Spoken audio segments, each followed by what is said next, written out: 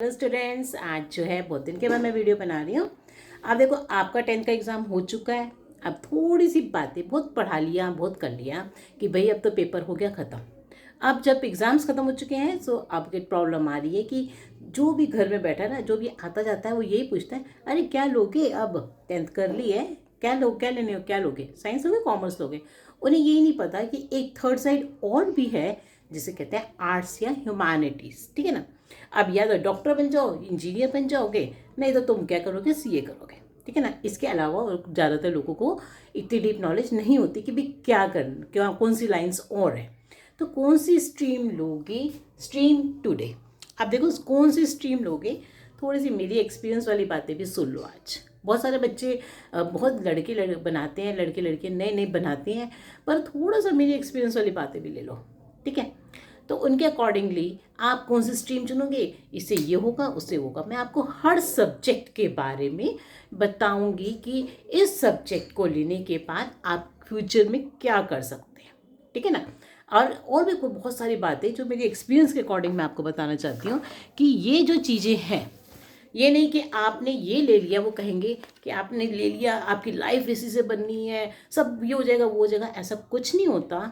अगर हम कुछ ले लेते हैं, कोई स्ट्रीम ले लेते हैं, चुन लेते हैं, तो अब बहुत ज़्यादा एजुकेशन में चेंजेस आ चुके हैं कि हम लाइन्स चेंज कर सकते हैं।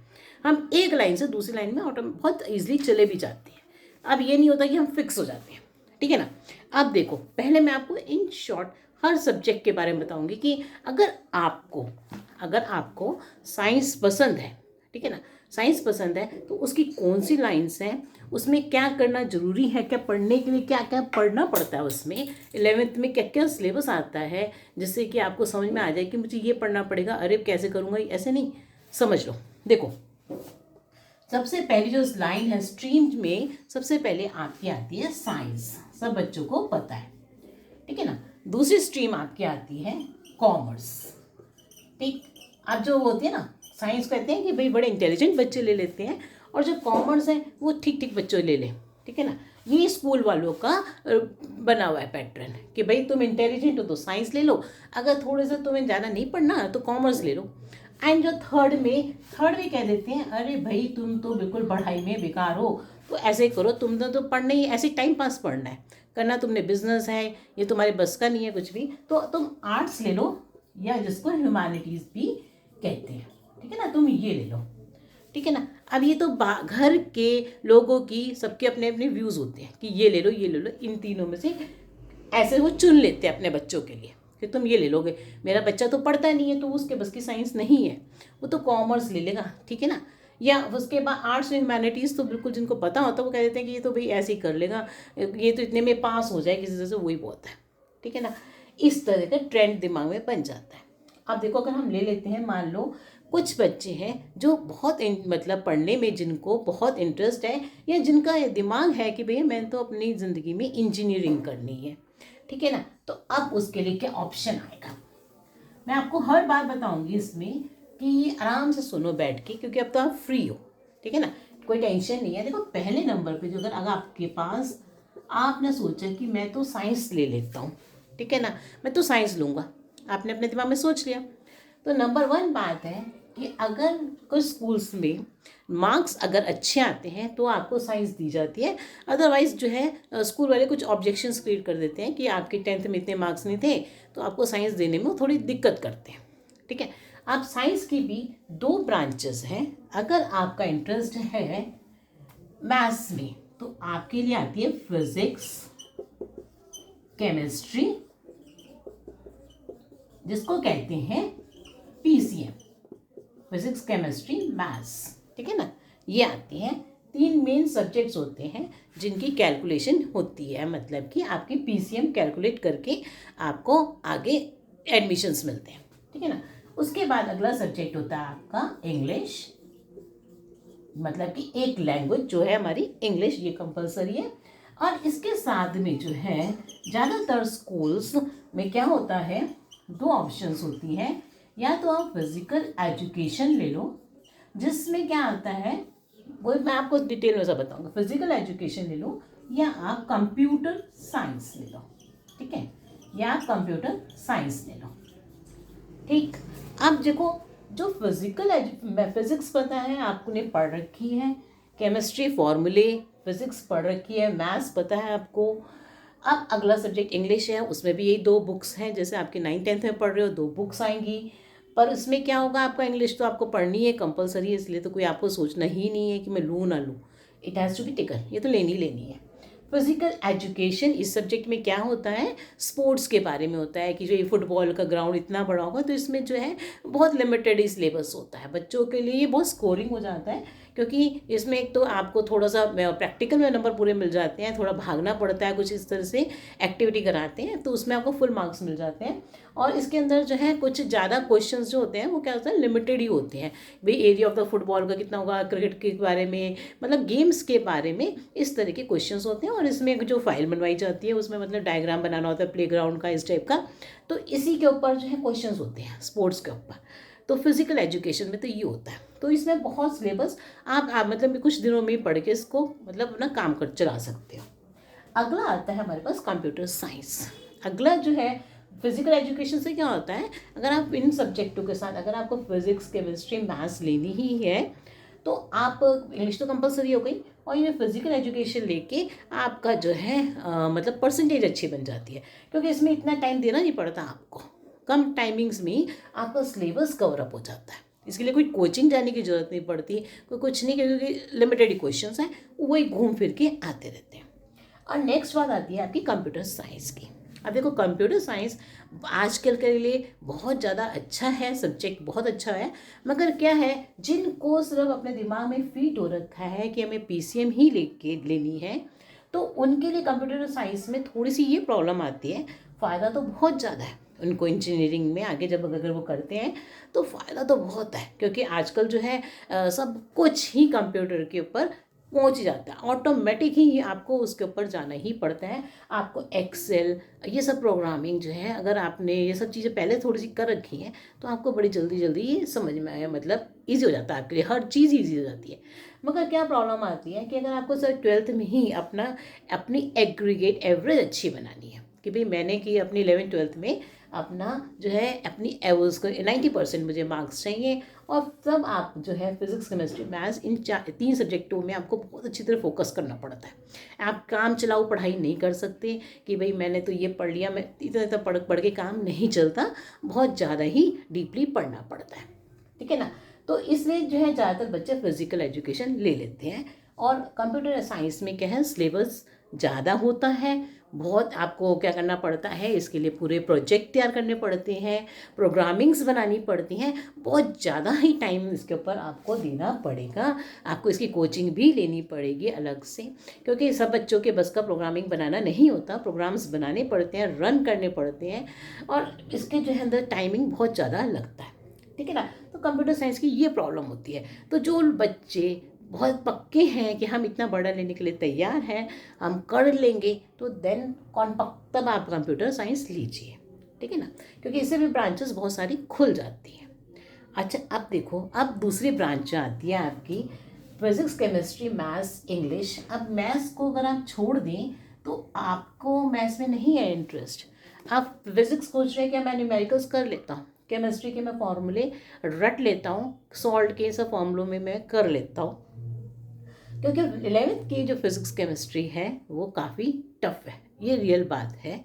इसको क्लियर करने में थोड़ी सी बच्चों को 11th में बहुत फेल भी करते हैं, क्योंकि ये वाकई ही थोड़ी सी बहुत ज़्यादा, ये नहीं कि टाइम पास वाले कि आप 10th की तरह से आप इसको ले लो, सब कुछ चेंज हो जाता है, मेहनत करनी पड़ती है बहुत अच्छी तरह से।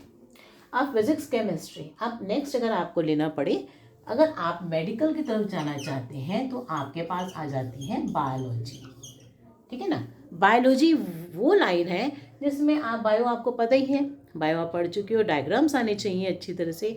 अगर आपको डायग्राम्स में इंटरेस्ट है, बायो के डायग्राम्स बनाने में और उसको पढ़ने में, मतलब कि साइंटिफिक नेम याद करने में, प्लांट्स के, एनिमल्स के इसमें होंगे, डीप, ज़्यादा डीप होंगे, इसमें अच्छी तरह याद करने पड़ेंगे इसके अंदर। तो बायो की भी 2 बुक्स होती हैं, एक आपकी जूलॉजी आ जाती है। देखो बायो में क्या होता है, बायो में आपकी 2 पार्ट्स आ जाते हैं। अगर आप साइंस का ये वाला ऑप्शन लेते हैं जिसमें कि फिजिक्स,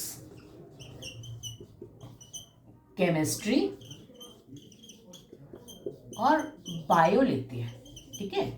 तो ये नहीं है कि मैथ्स तो हमने छोड़ दी और हमने बायो ले ली, तो कोई आसान सी बात नहीं है। बायो में भी आपको पूरी क्या होती है, डिटेल स्टडी करनी पड़ती है। इसमें साइंटिफिक नेम सबके, प्लांट्स के बारे में काफ़ी डीप, और प्लांट्स एनिमल्स दोनों के बारे में ही पढ़ाई आती है।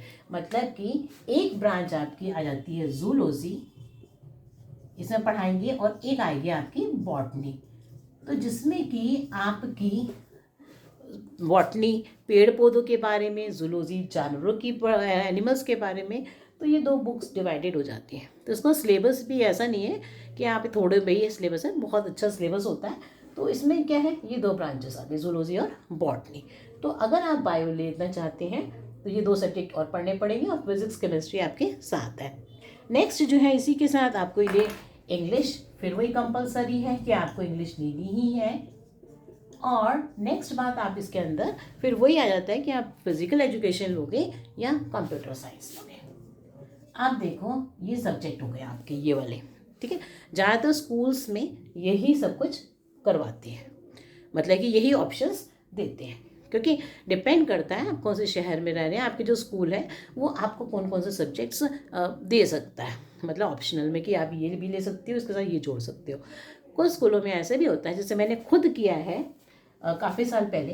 तो साइंस में मैंने फिज़िक्स, केमिस्ट्री, बायोलॉजी और साथ में मैथ्स भी ली थी, ठीक है ना। तो फिज़िकल एजुकेशन नहीं होती थी और आप मैथ्स ले सकते थे, ठीक है ना। तो मैथ्स ली थी मैंने। तो फिज़िक्स, केमिस्ट्री, बायो, मैथ्स, उससे ये होता है कि आपके दो लाइंस खुल जाती हैं। आपको 12th के बाद या तो आप PCM की तरफ चल पड़ोगे या PCB, दोनों में से किसी को भी आप चुन सकते हैं। मगर आजकल जो चलता है वो यही है कि आप PCM लेते हैं या PCB लेते हैं, ठीक है ना। क्योंकि अब सिलेबस बहुत ज़्यादा बढ़ गया है, तो आपको पूरी अच्छी तरह मेहनत करनी पड़ती है, क्योंकि आपको जो तैयारी करनी है वो कंपटीशंस को क्लियर करने के हिसाब से करनी है। अगर आपको आगे ऊपर हायर क्वालिफिकेशंस के लिए जाना है तो आपको ये देखना है कि मुझे कंपटीशन क्लियर करने हैं, ठीक है ना। उस हिसाब से आपको सब्जेक्ट्स चुनने हैं। अब देखो, अब ये तो बात हुई थोड़ी साइंस की, पर अब देखो मैं इसके अंदर और भी बात बताती हूँ आपको कि आप इससे क्या क्या आपके कैरियर ऑप्शंस बनते हैं। आप अगर अब ये लेते हैं तो आपसे आपके क्या क्या कैरियर इससे बनते हैं। मान लीजिए आपने लिया है फिजिक्स, केमिस्ट्री और मैथ्स वाली ब्रांच ले ली है, ठीक है ना। आपने ले लिया है PCM ले लिया आपने, है ना। मान लीजिए आपने ये ले लिया है PCM। तो अब आपके पास जो ऑप्शंस आती हैं, और साथ में आपने कंप्यूटर साइंस भी ले लिया, ठीक है ना। अब आपने जो है जब ये सब्जेक्ट्स ले लिए हैं तो आपके लिए क्या क्या लाइंस खुलती है। नंबर 1 आपके लिए खुल जाती है कि आप BSc कर सकते हैं, बैचलर इन साइंस, ठीक है ना। उसमें क्या होता है कि जिन बच्चों का फिजिक्स में ही इंटरेस्ट है, ये बात नहीं है कि अब BSc को थोड़ी कम लोग समझने लगे हैं, मगर ऐसा नहीं है कि अब BSc बेकार होती है। इसके बहुत यूजेस हैं। जो बच्चे अभी बस ये सोचते हैं कि जी मैं तो बीटेक करूँगा, नहीं, यही नहीं पता कि और भी बहुत लाइन्स होती हैं। ये नहीं कि आप रट्टाफिकेशन करिए कि इंजीनियर बनना है, बस साइंस ले लिए, तो ऐसा नहीं है। BSc कर सकते हैं आप। इसमें क्या होता है, आप फिज़िक्स ले लेंगे, अगर आपको फिज़िक्स में इंटरेस्ट है तो आप BSc फिज़िक्स में कर सकते हैं।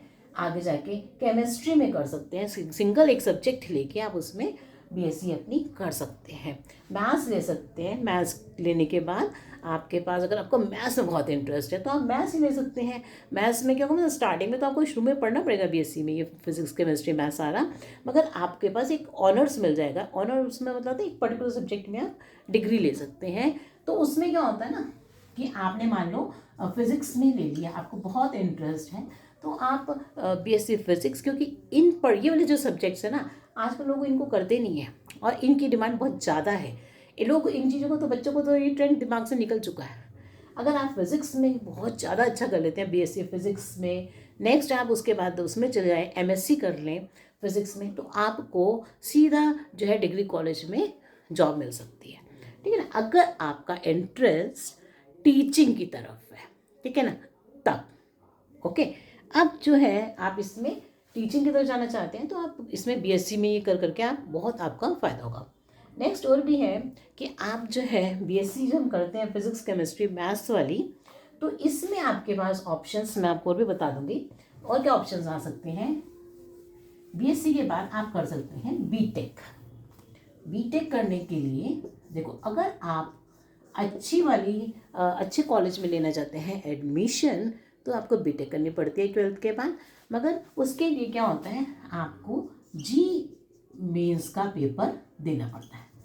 जी मेंस का आपको पेपर देना पड़ता है, जो वाकई ही कुछ सबसे मुश्किल पेपरों में से एक पेपर होता है। तो जिसकी तैयारी बच्चों को 11th से ही शुरू करनी पड़ती है, और 11th में ही वो अच्छे अच्छे इंस्टीट्यूट्स को ज्वाइन कर लेते हैं, और बहुत ज़्यादा पूरी रूटीन वर्क से उनकी पढ़ाई होती है। तो उसको जी मेंस का पेपर आपको क्लियर करना पड़ता है। मेंस के बाद फिर एक एडवांस का पेपर भी होता है, उसको क्लियर करके आपको एक अच्छा कॉलेज मिलता है, NIIT या IIT।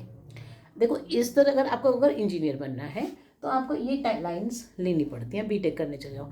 वैसे तो प्राइवेट कॉलेजेस बहुत हैं जो कराते हैं, पर उनकी इतनी वैल्यू नहीं होती जितनी कि इनकी होती है, ठीक है ना। तो अब नेक्स्ट पे आ जाओ, प्राइवेट कॉलेज भी बहुत होते हैं जो कराते हैं, तो इसे टेंशन लेने की बात नहीं है, ऑप्शंस बहुत खुल जाती हैं। अब देख लो, अगर आपने लिया है PCM में की जगह PCB, फिजिक्स केमिस्ट्री और बायो वाली साइड ली है, तो आपको पेपर करना है किसका, अगर मेडिकल में जाना है, मेडिकल में मतलब कि आपको डॉक्टरी की तरफ ध्यान में है, तो आपको नीट की तैयारी करनी पड़ती है। नीट का एग्ज़ाम होता है जिसको आपको क्लियर करके आप मेडिकल लाइन में जा सकते हैं डॉक्टरी के लिए, जिसमें MBBS बनते हैं।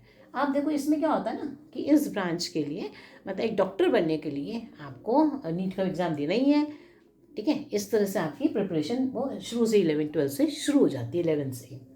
नेक्स्ट में आते हैं, अगर मान लो आपने कंप्यूटर साइंस लिया, अब देखो नीट के पेपर क्लियर करके आप मेडिकल डॉक्टर तो बन सकते हैं। इसके साथ साथ दूसरे भी इसमें, अगर आपके पास बायो है, तो अब नई ब्रांच खुल चुकी है जिसको हम कहते हैं बायोटेक्नोलॉजी। बायोटेक्नोलॉजी, जैसे कि हम इंजीनियरिंग करते हैं, ऐसे 12th के बाद बायोटेक्नोलॉजी की भी एक ब्रांच होती है। बायोटेक्नोलॉजी में क्या पढ़ाते हैं आपको, उससे क्या होता है, बायोटेक्नोलॉजी में जैसे इंजीनियरिंग के हमारे साल होते हैं, ऐसे बायोटेक्नोलॉजी के भी हमारे 4 साल लगते हैं। इसमें हमें पढ़ाया जाता है जो माइक्रो और मतलब होती है ना चीज़ें, माइक्रोबायोटिक्स के बारे में कुछ ऐसी चीज़ें हैं जिनको हम टेक्नोलॉजी से स्टडी करते हैं मेडिकल लाइन में। उसमें हम क्या करते हैं, पेशेंट्स की मेडिकल लाइन में जो टेक्नोलॉजी यूज़ हो रही है उस टेक्नोलॉजी के अंदर हम करते हैं, पढ़ाया जाता है, ठीक है। तो इसमें ये कराया जाता है। नेक्स्ट जो लाइन आती है इसके बाद फार्मेसी की भी आती है। अब लोग जो हैं बायो के, अगर आपने 11th-12th में ली है, आपको फार्मेसी में जाना है, मतलब दवाइयों में जाना है। कुछ लड़कों की जो है दुकानें पहले ही केमिस्ट की होती हैं, उनके पेरेंट्स होते हैं केमिस्ट, और वो सोचते हैं कि हमें फार्मेसी में ही जाना है, तो उनको बायो ले लेनी चाहिए, क्योंकि पहले ही वो प्रॉब्लम क्लियर हो जाती है। तो उससे क्या होता है कि अगर आप दवाइयों के बारे में स्टडी कर सकते हैं, तो आपके लिए फार्मेसी, दवाइयों की ब्रांच भी बायो लेने से आपके पास खुल जाती है, ठीक है। अब देखो क्या होता है कि BSc अगर आपने ली है, साथ में बायो भी ली है, तो आपके पास एक ऑप्शन और भी खुल जाता है फार्मेसी के अलावा, और वो है हमारा एग्रीकल्चर वाला। अब देखो एग्रीकल्चर वाला क्या है, इसमें भी अगर आप बायो जिनके पास होती है उनके लिए बहुत इजी रहता है कि उनको एग्रीकल्चर, आजकल बहुत ज़्यादा हम देख रहे हैं ना, जो मतलब डेवलपमेंट की तरफ जा रहे हैं हम, जैसे क्रॉप्स की पढ़ाई करते हैं ना जो लोग, क्रॉप्स के बारे में, एग्रीकल्चर के बारे में लोग क्या कर रहे हैं, अच्छी अच्छी नौकरियाँ छोड़ के भी खेतों की तरफ जा रहे हैं, उसमें वो उनको ज़्यादा फ़ायदा हो रहा है क्योंकि उनकी वो देख रहे हैं। तो इसमें क्या होता है ना, एग्रीकल्चर की तरफ भी आप ब्रांच आपको मिल सकती है। ये बातें आपको कोई नहीं बताएगा, आप जब ले लेते हो तो आपको बाद में समझ में आता है कि मैं तो ये कर सकता था, मैं वो कर सकता था एग्रीकल्चर के बारे में। तो आप BSc इन एग्री बायो अगर आपके पास है तो आप BSc इन एग्रीकल्चर भी कर सकते हो, ठीक है। ये बात हो गई। अब ये नहीं कि आपने ये ले लिया तो आप उसको चेंज नहीं कर सकते, आपके पास बहुत ऑप्शंस हैं, ठीक है। अगर आपको मेरी बातों से कुछ भी हेल्प मिल रही है, then please do like, share and subscribe to my channel, जिससे मुझे भी सपोर्ट मिलता है। अब नेक्स्ट जो है आपको अगले टॉपिक पे ले चलते हैं, कंप्यूटर साइंस, ठीक है ना। अब आपके 12th में जो है मार्क्स जो है, आपने साइंस तो ली पर आपके मार्क्स आपको लगे कि नहीं मेरी इतनी मेहनत नहीं हो रही है, और आप जो है कंप्यूटर में बहुत इंटरेस्टेड है, अब देखो कंप्यूटर में इंटरेस्टेड है तो आपने कंप्यूटर साइंस ले ली, आपने इसके अंदर नंबर अपने स्कोरिंग बहुत अच्छे कर लिए 12th में, तो आपको जो है बहुत सारी ब्रांचेस आपके लिए खुल जाती हैं। कैसे खुल जाती हैं? आप जो है BCA कर सकते हैं। BCA क्या होता है? बैचलर इन कंप्यूटर एजुकेशन में। तो BCA ले सकते हैं, बैचलर ऑफ कंप्यूटर एप्लीकेशन। तो इसमें क्या होता है, आपको प्रोग्रामिंग सॉफ्टवेयर आप बन जाते हैं सॉफ्टवेयर इंजीनियर। BCA के बाद आप MCA कर लेते हैं तब भी बात है, पर आप BCA कर लेते हैं तो आप सॉफ्टवेयर इंजीनियर की जॉब आपको मिल जाती है। इसमें क्या पढ़ाया जाता है? प्रोग्रामिंग कराते हैं, प्रोग्रामिंग आपको कराई जाती है कि कैसे कोडिंग भी सिखाते हैं, प्रोग्रामिंग कराते हैं। और जो कंप्यूटर साइंस जो 11th में लेते हैं तो उनको क्या पढ़ाते हैं, उसमें सारी आपको कुछ लैंग्वेज कराते हैं, जैसे कि जावा। कंप्यूटर साइंस जो बच्चे ले लेते हैं तो जिनको इंटरेस्ट है लैंग्वेज सीखने में, क्योंकि थोड़ी बहुत तो आपने कंप्यूटर अब सबके स्कूलों में है, तो इसमें जावा या पाइथन आपको कुछ इस तरह की 2-3 लैंग्वेज अगर कराते हैं आप देखो उसमें, तो आपको प्रोग्रामिंग बनानी होती है, प्रोग्राम्स बनाने सिखा देते हैं, तो आपका बेस क्लियर हो जाता है। तो उससे बहुत फ़ायदा हो जाता है अगर आपके पास कंप्यूटर साइंस 11th और 12th में है। और इसके बाद आपको ये पता है कि आजकल AI का टाइम चल रहा है, डाटा, इससे क्या लाइन्स खुल रही हैं आपके लिए? बहुत लाइन्स खुल रही है। AI का ज़माना है तो आपको डाटा एनालिस्ट के अंदर अगर आप जाना चाहते हैं तो भाई कंप्यूटर साइंस ले लेना। अगर आप डाटा एनालिस्ट बनना चाहते हैं, जो डाटा एनालिस्ट का काम हर जगह होता है, डाटा इकट्ठा करने का काम, ये हर कंपनी डाटा एनालिस्ट चाहती है। तो ये मैं आपको बातें इसलिए बता रही हूँ कि आपका कैरियर बड़ी जल्दी अगर आपने सोच लिया है तो डाटा एनालिस्ट की जॉब आपको मिल सकती है अगर आप कंप्यूटर साइंस में अच्छे मार्क्स ले आते हो, ठीक है ना। इसमें सारी कंप्यूटर की साइडें खुल जाती हैं। अब देखो इसी तरह से मान लीजिए अब मेरे को तो भाई साइंस नहीं लेनी है ना, तो कहेगा कोई भाई मैम आप तो सिर्फ साइंस के पीछे ही पड़ गए हो, और भी तो सब्जेक्ट हैं, मेरे को तो साइंस लेनी नहीं है, मैं क्यों दिमाग खपाऊँ, ठीक है ना। वो किसी बच्चे ने तो ऑटोमेटिक मेरे दिमाग में फीड कर लिया। चलो ठीक है, आपकी ब्रांच पे आ जाते हैं, कॉमर्स पर आ जाते हैं। अब आ गए हम कॉमर्स पर। अब हमने जो कॉमर्स बच्चे सोचते हैं अरे आसान सब्जेक्ट है, कर लेंगे इसी में नंबर आ जाएंगे हमारे यहाँ तो पास हो जाएंगे बस। अगर कॉमर्स लेनी है तो उसके लिए क्या ब्रांचेस खुल जाती हैं, क्या क्या सब्जेक्ट पढ़ने पड़ते हैं, उन सब्जेक्टों में क्या पढ़ाया जाता है, लेट्स डिस्कस। पहला सब्जेक्ट जो पढ़ाया जाता है कॉमर्स में वो है अकाउंट्स, ठीक है। यही इसका मेन सब्जेक्ट है।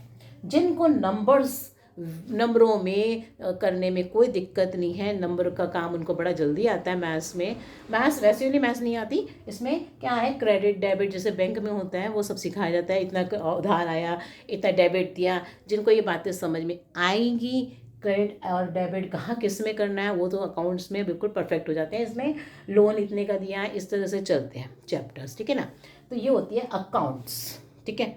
इसमें टेबल बनाने पड़ते हैं, ऐसे करके लंबे लंबे क्वेश्चंस होते हैं, उनको स्टडी करके ये पढ़ना पड़ता है कहाँ का किसका क्या हिसाब है।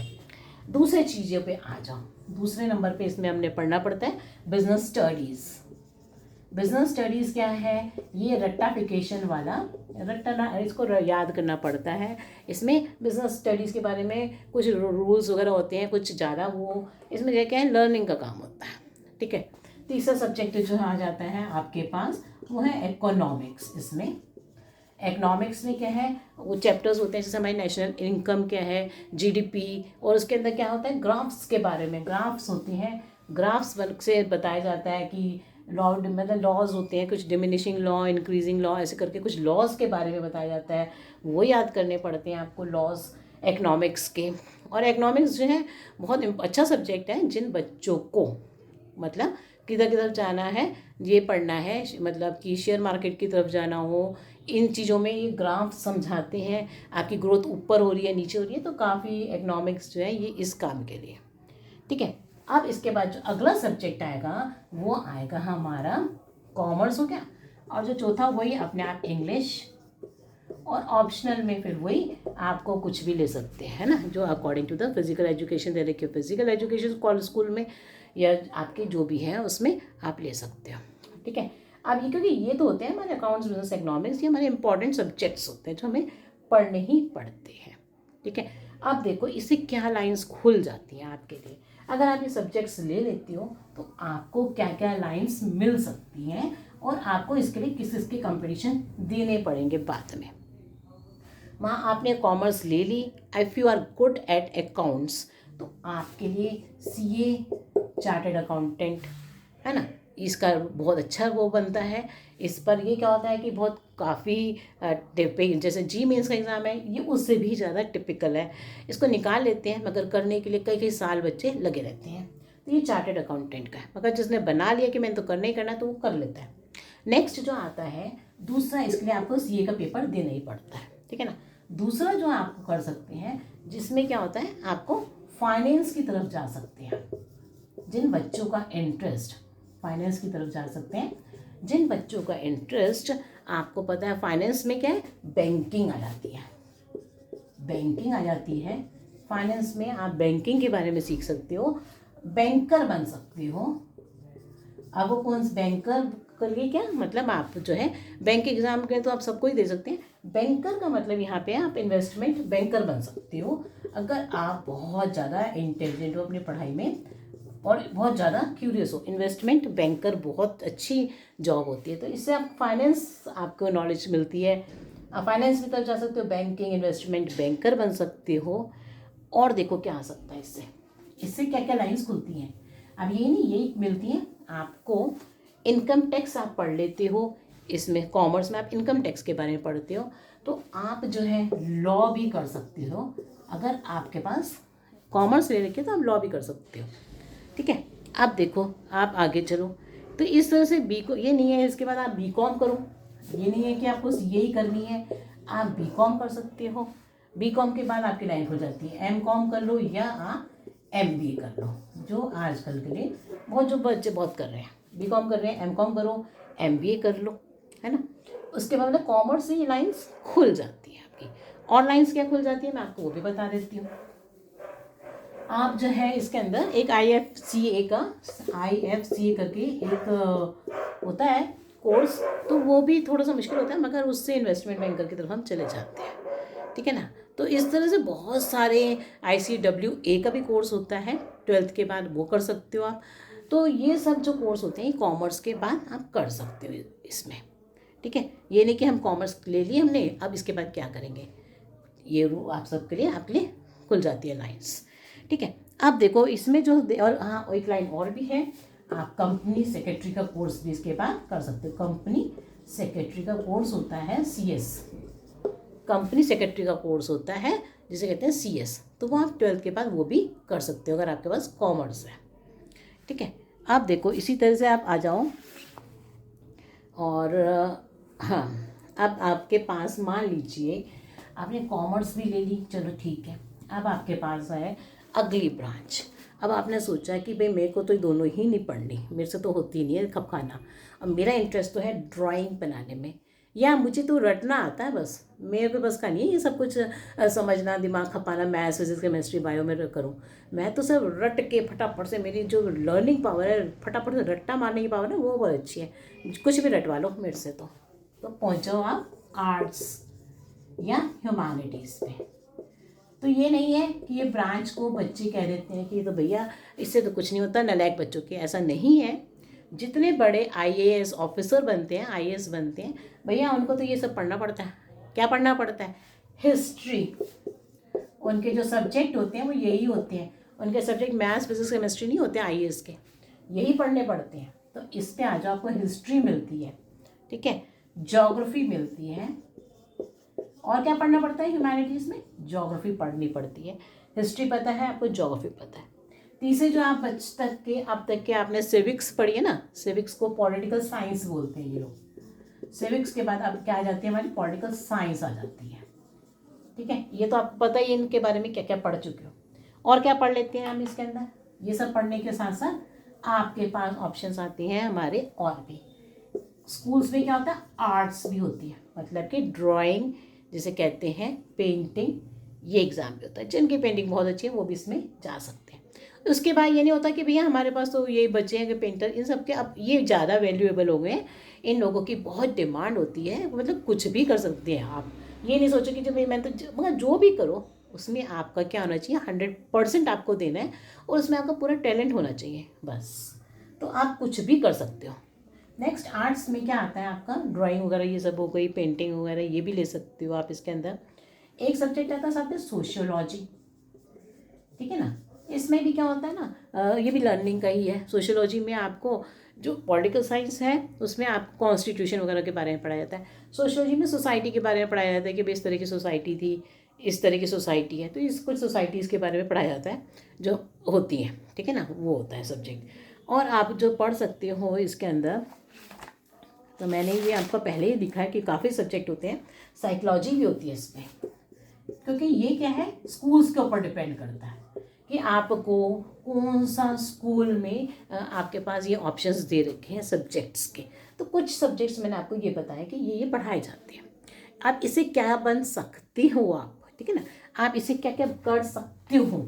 अगर आपने आर्ट्स और ह्यूमैनिटीज़ ले लिया है, अब ये सब्जेक्ट ले लिए हैं, चलो भाई तो फिर मेरे लिए क्या लेने खुलती हैं ये तो बता दो मैम, तो सुन लो मेरी बात। पहली लाइन देखो, लॉ भी कर सकते हैं, इससे भी आप लॉ कर सकते हैं।